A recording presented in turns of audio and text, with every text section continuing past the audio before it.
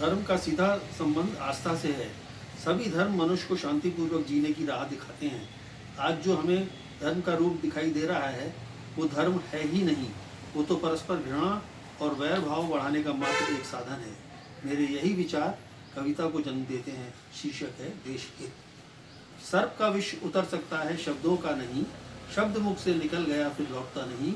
द्रौपदी अगर शब्दों से घृणा को जन्म नहीं देती, लाखों प्राणों की बलि व्यर्थ नहीं चली होती। सर्प का विष उतर सकता है शब्दों का नहीं, शब्द मुख से निकल गया फिर लौटता नहीं। द्रौपदी अगर शब्दों से घृणा को जन्म नहीं देती, लाखों प्राणों की बलि व्यर्थ नहीं चली। इतिहास पटा पड़ा है घृणा की राजनीति से। आक्रांताओं ने सदियों शोषण किया धूर्तमती से, फिर घृणा को महामारी की भांति फैलाकर राज्य किया अपनों को अपनों से लड़वाकर। इतिहास पटा पड़ा है घृणा की राजनीति से। आक्रांताओं ने सदियों शोषण किया धूर्तमती से, फिर घृणा को महामारी की भांति फैलाकर राज्य किया अपनों को अपनों से लड़वाकर। धर्म के नाम पर लोग आसानी से बढ़ जाते हैं, मौकापरस्त धर्म के प्रति घृणा को उकसाते हैं। करोड़ों की संपत्ति आवेश में जला दी जाती है, समस्याएं सुलझती नहीं और अधिक बढ़ जाती हैं। धर्म के नाम पर लोग आसानी से बढ़ जाते हैं, मौकापरस्त धर्म के प्रति घृणा को उकसाते हैं। करोड़ों की संपत्ति आवेश में जला दी जाती है, समस्याएं सुलझती नहीं और अधिक बढ़ जाती हैं।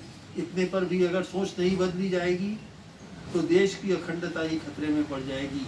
धर्म जुड़ा है आस्था से, न हो इस पर खींचातानी। हिंदुस्तान में रहने वाला पहले है वो हिंदुस्तानी। इतने पर भी अगर सोच नहीं बदली जाएगी तो देश की अखंडता ही खतरे में पड़ जाएगी। धर्म जुड़ा है आस्था से, न हो इस पर खींचातानी।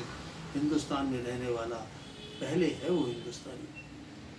जिसे हम आज प्रकृति का प्रकोप कहते हैं, वास्तव में वो हमारी प्रकृति के प्रति घोर उपेक्षा का परिणाम है। विज्ञान की नई नई खोज तथा विनाशकारी शस्त्रों के परीक्षण ने प्रदूषण इस सीमा तक बढ़ा दिया है कि परिस्थिति नियंत्रण से बाहर होती जा रही है। अब भी अगर समुचित कदम नहीं उठाए गए तो स्थिति और अधिक भयावह हो सकती है।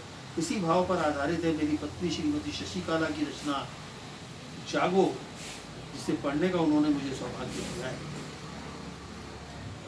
मचा बारिश से हाहाकार, आधा देश है बाढ़ग्रस्त, शेष में रहा सूखा पसार।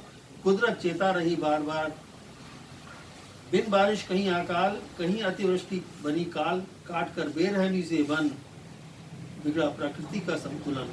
नित्य कर रहे यज्ञ अनुष्ठान, इंद्रदेव का भजन ध्यान। प्रभु को गुहार लगाने से नहीं बनेगा बिगड़ा काम। बिना समय गंवाए और करो शीघ्र वृक्षों को रोपित। आई नहीं अब भी अकल, बहुत रीस होगा कल। पानी के लिए होंगी जंगें, श्वास भी नहीं ले पाओगे। पेट्रोल डीजल के पंपों पर राशन से पानी पाओगे। धन्यवाद।